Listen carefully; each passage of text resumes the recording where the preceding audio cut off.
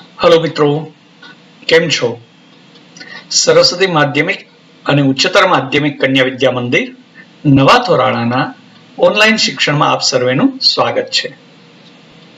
ધોરણ 11 વિષય આંકડાશાસ્ત્ર પ્રકરણ નંબર 6 ક્રમચય સંચય અને દ્વિપદી વિસ્તરણ.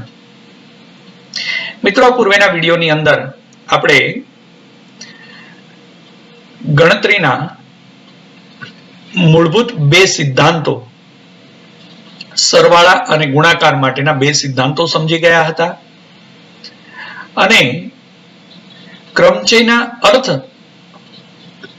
સમજવા માટેના જુદા જુદા ત્રણ ઉદાહરણોને આપણે સમજ્યા હતા.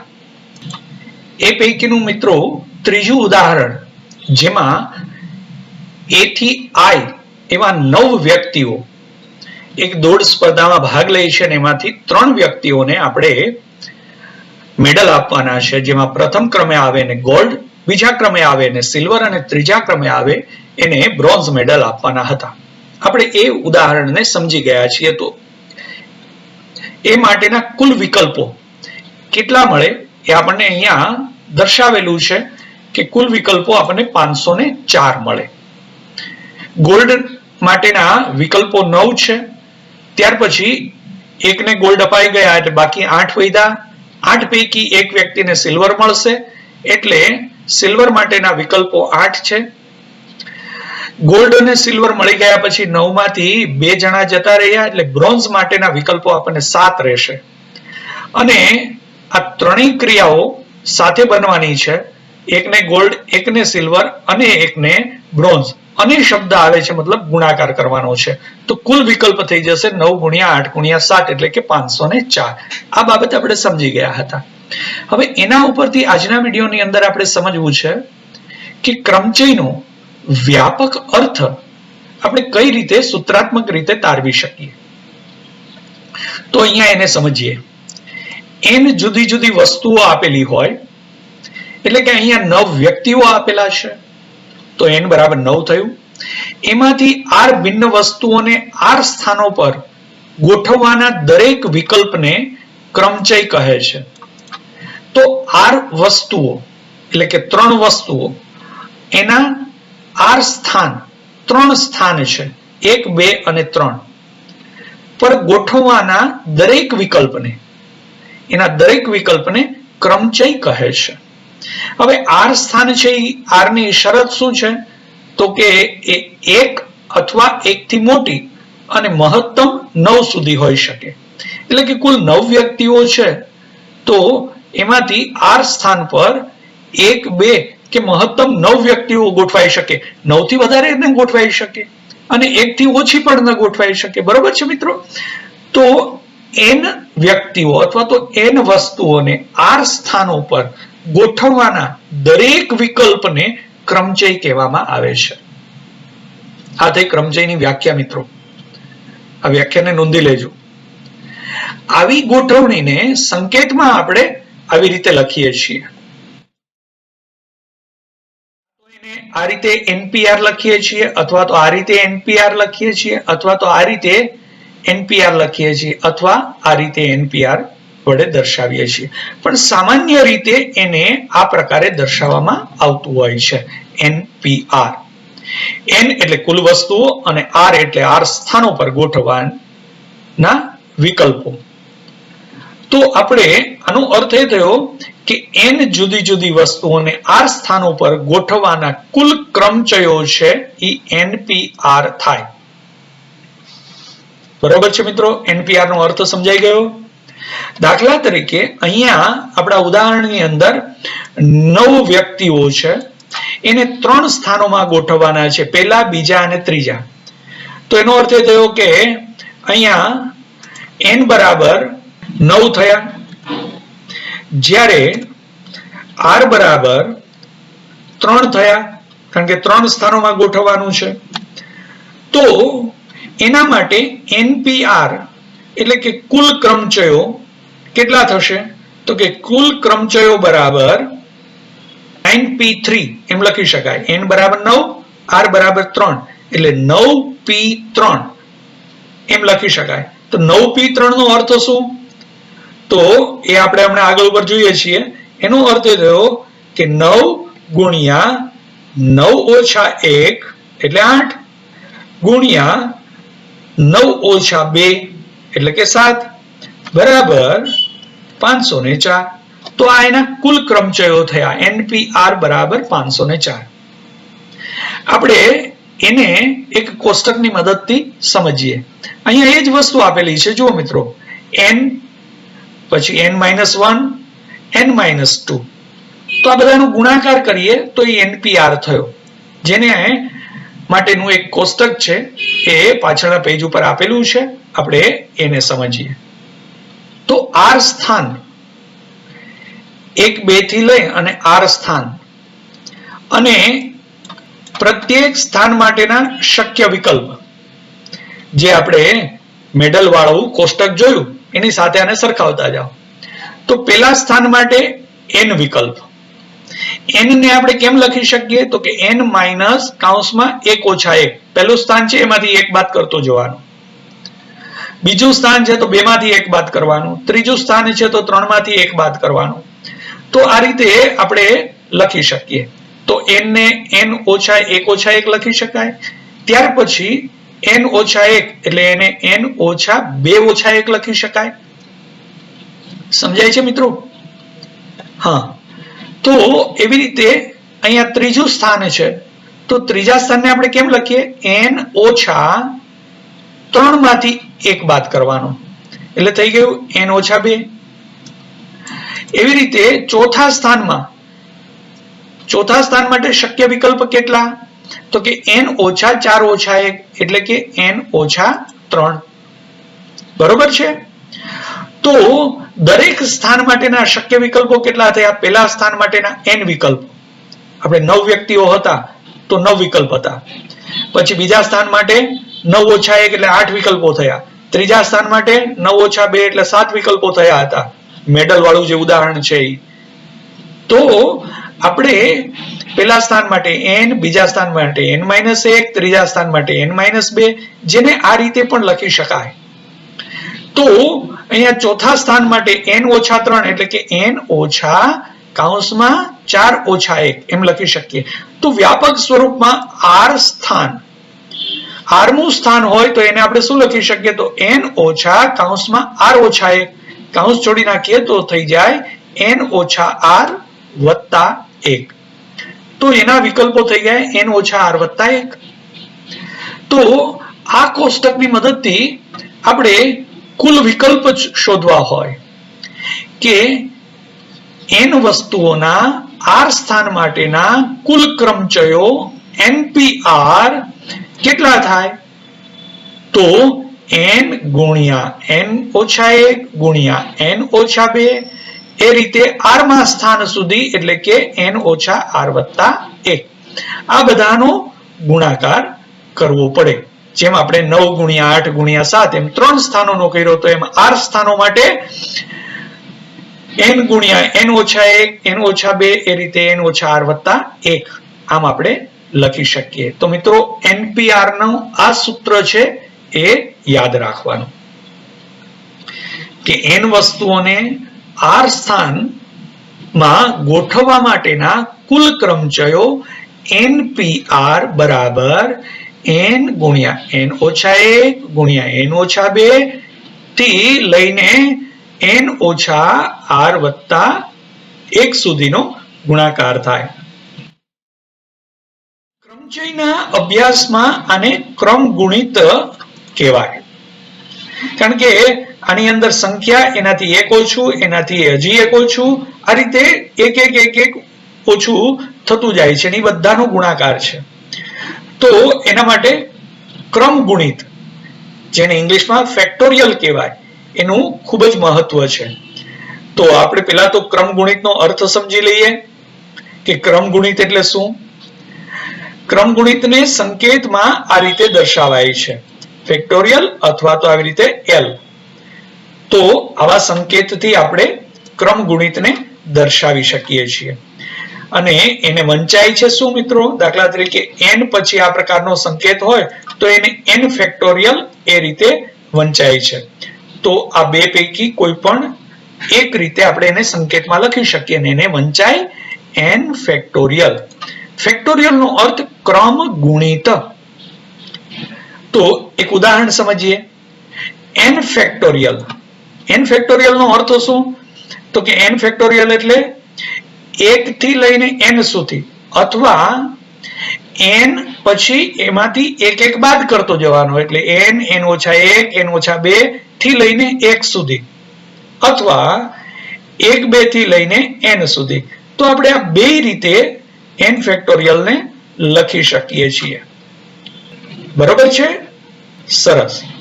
તો n ફેક્ટોરિયલ નો આ અર્થ જો તમને સમજાયો હોય તો આપણે એના આધારે અમુક ઉદાહરણને સમજીએ.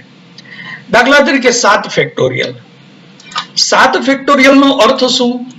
તો એને આપણે કાં તો આ રીતે લખી શકીએ અથવા તો આ રીતે લખી શકીએ. હવે આ રીતે લખીએ, અનુકૂળતા માટે આપણે આ રીતે લખતા હોઈએ છીએ કે 7 ફેક્ટોરિયલ એટલે 7 થી શરૂ કરવાનું, 7 ગુણ્યા 7 માંથી 1 બાદ કરવાનું, તો ક્યાં સુધી લઈ જવાનું? 1 સુધી. એટલે કે છેલ્લે એક સંખ્યા રહી ત્યાં સુધી લઈ જવાનું.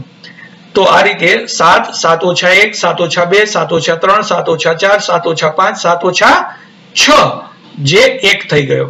તો આ રીતે આપણે લખી શકીએ. તો એનો અર્થ એ થયો કે 7 ગુણ્યા 7 ઓછા 1 7 ઓછા 1 એટલે 6. તો આપણે ક્રમમાં એને આ રીતે લખી શકીએ 7 ગુણ્યા 6 ગુણ્યા 5 ગુણ્યા 4 ગુણ્યા 3 ગુણ્યા 2. ખરેખર એ શું છે?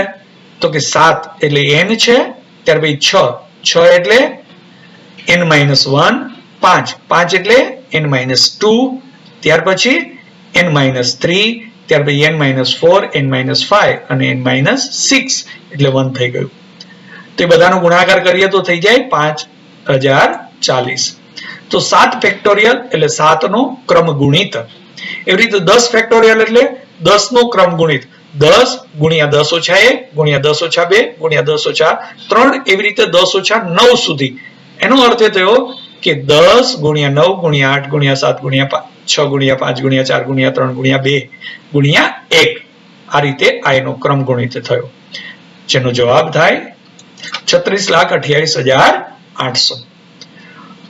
તો સમજાયું મિત્રો ફેક્ટોરિયલ નો અર્થ? હા, એવા જુદા જુદા ઉદાહરણો આપેલા છે. 5 ફેક્ટોરિયલ. 5 ફેક્ટોરિયલ એટલે 5 ગુણ્યા 5 ઓછા 1 ગુણ્યા 5 ઓછા 2 ગુણ્યા 5 ઓછા 3 ગુણ્યા 5 ઓછા 4. તો એનો અર્થ એ થયો કે 5 ગુણ્યા 4 ગુણ્યા 3 ગુણ્યા 2 ગુણ્યા 1 થયું, જેનો જવાબ આવે 120. એવી રીતે 3 ફેક્ટોરિયલ એટલે 3 ગુણ્યા 2 ગુણ્યા 1 એટલે 6. 1 ફેક્ટોરિયલ એટલે મિત્રો 1. બરોબર છે? તો આ બાબતને તમે ફેક્ટોરિયલને બરોબર સમજી ગયા. હવે ફેક્ટોરિયલને વધારે સ્પષ્ટીકરણ કરવા માટે જરા જોઈએ. 6 ફેક્ટોરિયલ એટલે 6 ગુણ્યા 5 ગુણ્યા થી લઈને 1 સુધી. તો એનો અર્થ એ થયો કે આપણે આ છેલ્લી બે સંખ્યાને ભેગું કરી દઈએ, 2 ગુણ્યા 1 એટલે 2 ફેક્ટોરિયલ. 3 સંખ્યાને ભેગું કરી દઈએ તો 3 ગુણ્યા 2 ગુણ્યા 1 એટલે 3 ફેક્ટોરિયલ. હવે 4 સંખ્યાને ભેગી કરી દઈએ તો 6 ગુણ્યા 5 ગુણ્યા 4 ફેક્ટોરિયલ. એવી રીતે છેલ્લી 5 સંખ્યાને ભેગી કરી દઈએ તો આપણે લખી શકીએ 6 ગુણ્યા 5 ફેક્ટોરિયલ. તો ટૂંકમાં 6 ફેક્ટોરિયલને આપણે 6 ગુણ્યા 5 ગુણ્યા 4 ગુણ્યા 3 ગુણ્યા 2 ફેક્ટોરિયલ, અથવા 6 ગુણ્યા 5 ગુણ્યા 4 ગુણ્યા 3 ફેક્ટોરિયલ, અથવા 6 ગુણ્યા 5 ગુણ્યા 4 ફેક્ટોરિયલ, અથવા 6 ગુણ્યા 5 ફેક્ટોરિયલ આવી રીતે દર્શાવી શકીએ. આવી ભિન્ન ભિન્ન રીતે આપણે દર્શાવી શકીએ. હવે અહીંયા એક ઉદાહરણ છે, એને બરોબર સમજો. 6 ફેક્ટોરિયલ ભાગ્યા 4 ફેક્ટોરિયલ એટલે 6 ગુણ્યા 5 ગુણ્યા 4 ગુણ્યા 3 ગુણ્યા 2 ગુણ્યા 1 અને છેદમાં 4 ગુણ્યા 3 ગુણ્યા 2 ગુણ્યા 1. તો એનો અર્થ એ થયો કે 6 ફેક્ટોરિયલ ને આપણે 6 ગુણ્યા 5 ગુણ્યા 4 ફેક્ટોરિયલ લખી શકીએ, જેથી 4 ફેક્ટોરિયલ કેન્સલ થઈ જાય એટલે 6 ગુણ્યા 5 એટલે આપણે 30 લખી શકીએ. બરોબર છે મિત્રો? સમજાયું ફેક્ટોરિયલ? સરસ. હવે આપણે ફેક્ટોરિયલ ને વ્યાપક સ્વરૂપની અંદર n ફેક્ટોરિયલ ને આપણે આ રીતે દર્શાવીએ. કે n ફેક્ટોરિયલ નો અર્થ થયો n ગુણ્યા n ઓછા 1 ગુણ્યા n ઓછા 2 ગુણ્યા n ઓછા 3 થી લઈને છેલ્લે 1 સુધી ગુણાકાર થાય. તો એને આપણે આ રીતે દર્શાવી શકીએ. તો એનો અર્થ એ થયો કે n ફેક્ટોરિયલ ને આપણે n ગુણ્યા n ઓછા 1 ફેક્ટોરિયલ થી લખી શકીએ. બરોબર છે મિત્રો? તો એનું એક ઉપયોગિતા અહીંયા સમજી લો કે અહીંયા n બરાબર 1 મૂકીએ તો શું થઈ જાય? 1 ફેક્ટોરિયલ બરાબર 1 ગુણ્યા 1 ઓછા 1 એટલે 0. તો 1 ગુણ્યા 0 ફેક્ટોરિયલ. તો અહીંયા 1 ગુણ્યા 0 નથી, કારણ કે r સ્થાનની અંદર 0 આવતું નથી. પરિણામે અહીંયા 0 ફેક્ટોરિયલ નો અર્થ પણ 1 થાય છે. તો ક્યારેય પણ 0 ફેક્ટોરિયલ એમ લખવામાં આવે તો એનો અર્થ 1 સમજવાનો. નહીં તો જો એને 0 ગણશો તો 1 ગુણ્યા 0 તો 0 થઈ જાય, તો 1 બરાબર 0 એ શક્ય નથી. માટે 0 ફેક્ટોરિયલ નો અર્થ થાય છે 1. તો આપણે કુલ ક્રમચયો નું સૂત્ર સમજી ગયા હતા. NPR, n સંખ્યાઓને r સ્થાનો ઉપર ગોઠવવાના કુલ ક્રમચયો એ NPR આપણને આ રીતે મળે. હવે એને આપણે અહીંયા થોડી જુદી રીતે લખીએ છીએ. જુઓ, NPR એટલે અહીંયા સુધી તો બરોબર છે. ત્યાર પછી આપણે એને ગુણાકાર કરીએ છીએ કોઈ એવી સંખ્યાથી કે જેમાં અંશ અને છેદ બે સમાન હોય. બરોબર છે? Very good. આ રીતે કરી શકાય. કોઈ પણ સંખ્યા વડે ગુણો અને એટલી જ સંખ્યા વડે ભાગો તો સંખ્યા એની એ રહે ને. જેમ કે 5 ગુણ્યા 2 ભાગ્યા 2 કરો તો 5 જ રહે. એમ 5 ને 5 ગુણ્યા 3 ભાગ્યા 3 કરો તો 5 જ રહે. એમ આપણે NPR જે છે એને આના વડે ગુણ્યું અને એટલા જ વડે ભાગી નાખ્યું. તો હવે આ ગુણાકારને સમજો તો શું થઈ જાય છે? n ગુણ્યા n ઓછા 1 ગુણ્યા n ઓછા 2 થી લઈને n ઓછા r વત્તા 1. ત્યાર પછી આનો અર્થ શું થયો કે આમ જો પહેલા પદ અને બીજા પદમાં ફેર શું છે? તો કે પહેલા પદમાંથી બીજું પદ આવ્યું તો એમાં 1 ઓછો થયો. બીજા પદમાંથી ત્રીજું પદ લખ્યું તો એમાં હજુ 1 ઓછો થયો.